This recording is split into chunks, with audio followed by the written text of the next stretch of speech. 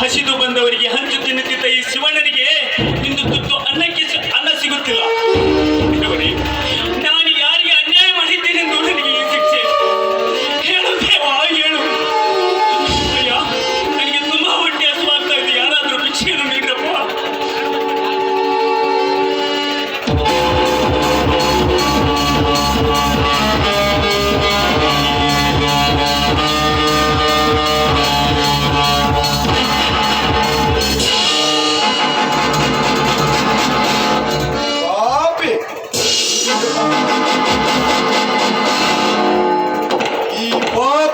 ಕಟ್ಟಿದ ಪ್ರಪಂಚದಲ್ಲಿ ಇವನೊಬ್ಬ ಪಾಪಿ. ಅಂದು ₹1 ಬೆಲೆ ರಾಜನಿಗಿಲ್ಲ ಅಂದಲ್ಲ.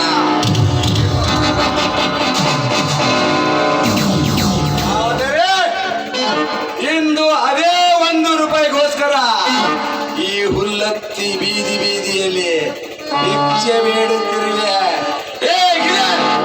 ರೂಪಾಯಿ ರಾಜನ ಚಮತ್ಕಾರ.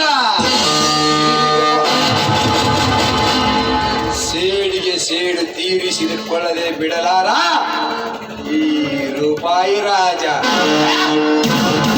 ನನ್ನಿಂದಲೇ ಬೋಣಿಗೆ ಆಗಲಿ.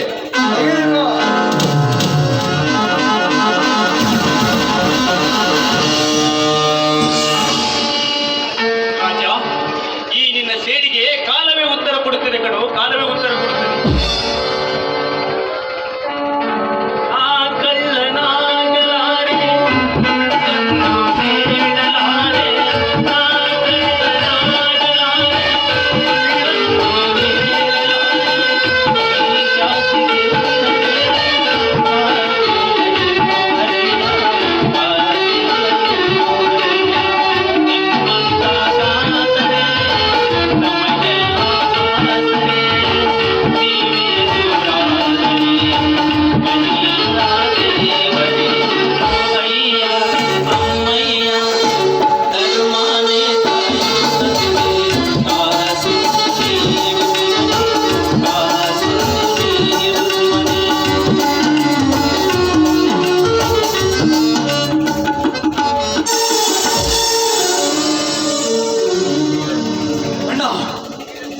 ಇದು ನೀನು ಭಿಕ್ಷೆ ಬೇಡುತ್ತಿರುವುದಿಲ್ಲ.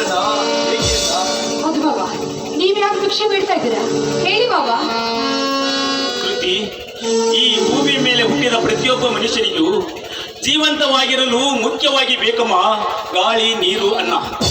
ಅದೇ ಸರಿಯಾದ ಸಮಯಕ್ಕೆ ಸಿಗುತ್ತಿಲ್ಲವಮ್ಮ ಈ ಪಾಪಿಗೆ. ದುಃಖಿಸಬೇಡಣ್ಣ, ಏನಾಯ್ತಂದು ವಿವರಿಸಿ ಹೇಳು, ವಿಚಾರ ಮಾಡೋಣ.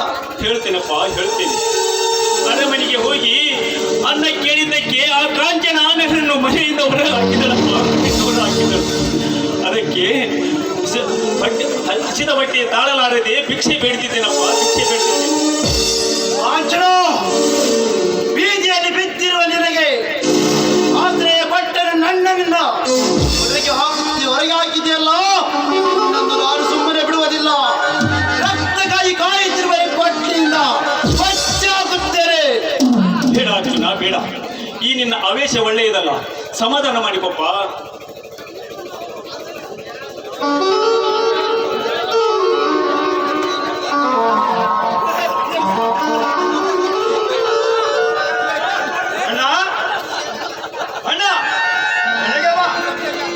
ಬರುವುದಿಲ್ಲ ಹಾಗಂತ ಅವನು ಹೇಳಲಿ.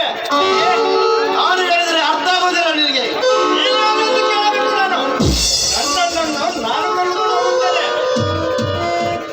ಅಣ್ಣನ ಮೇಲೆ ಅಷ್ಟೊಂದು ಪ್ರೀತಿ ಇದ್ದಿದ್ದರೆ ಅಣ್ಣನನ್ನು ಚೆನ್ನಾಗಿ ನೋಡಿಕೊಳ್ಳಬೇಕಾಗಿತ್ತು. ಅದನ್ನು ನಿನ್ನಿಂದ ಕಲಿಯಬೇಕಿಲ್ಲ. ಕಲಿಯಬೇಕು. ಕಲಿಯದಿದ್ದರೆ ಕಲಿಸುತ್ತೇನೆ. ಮನೆಯಲ್ಲಿ ಹೆಂಡತಿಯನ್ನು 10 ಬಸ್ ಇಟ್ಕೊಂಡು ನೀರ್ಯಾವ ಗಂಡಸಲಿ